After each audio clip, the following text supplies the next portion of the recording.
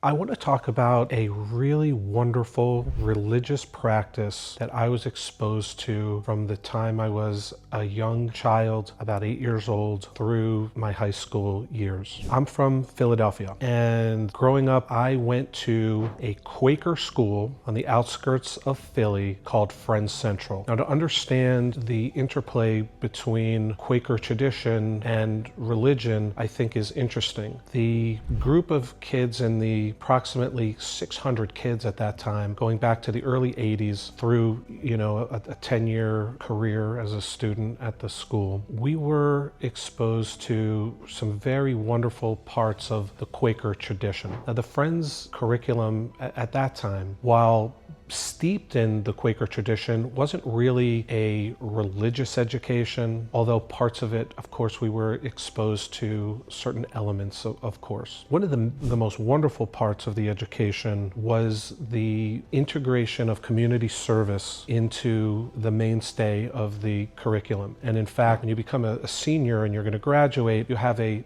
service project that I don't even know if that still takes place today, but you had a service project that you had to complete in order to graduate. And from the time I was a young child, from third grade on, all through my entire career, there was always a community service-based programs and things that we would do with the community. Looking out for your neighbor and treating everyone as though they were your brother or sister was the mainstay of the educational approach. And so we had kids from all different religions. I was born in a Jewish family. There were a lot of Jewish kids, and there were all kinds of kids from all different backgrounds, all different religions, all different races, socioeconomic backgrounds. The Quaker tradition, and Friends Central in particular, was such a welcoming, wonderful place to grow up and be mentored as a young adult, someone entering society who was aware of all of the different kinds of people that you would later encounter in the world, and you had a perspective that everybody was the same. And I speak to this because the content that I'm making exemplifies these values, and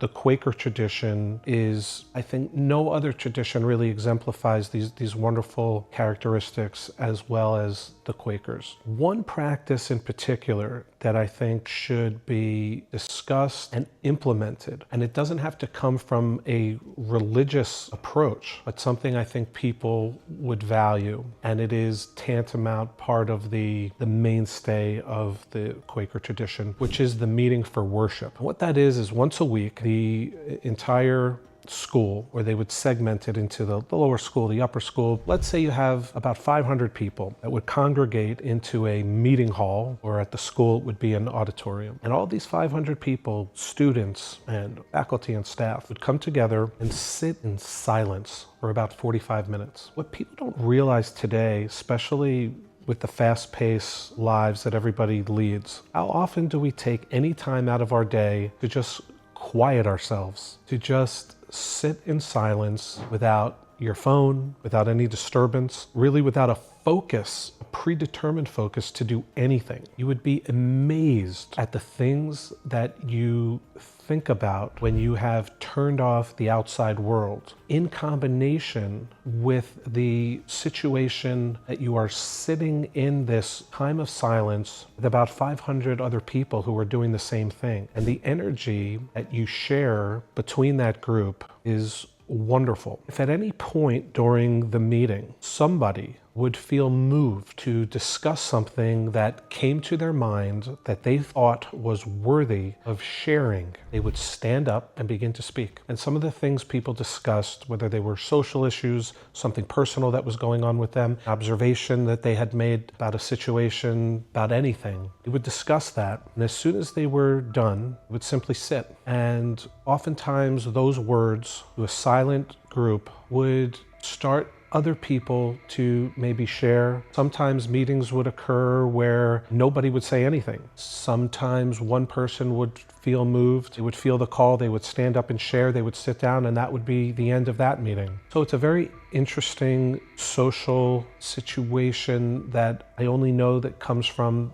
the Quaker tradition. But as I look back as an adult now, I look back on the meeting for worship as a truly wonderful time where you, as a student, as a young kid, you would feel so connected to the community just by sitting in silence. The Quakers, are a wonderful people who continue to do wonderful work in the greater community. I'm proud of having graduated from a friend's school from Philadelphia, and I carry that, the thoughts of that tradition of sitting in silence today, and I think it's something that I would like to integrate maybe in the corporate setting. I think companies alike and groups of any nature would do well to consider the power of the Quaker meeting and the benefits that I think it could potentially bestow upon the greater group, the greater community, and all of us. It also highlights the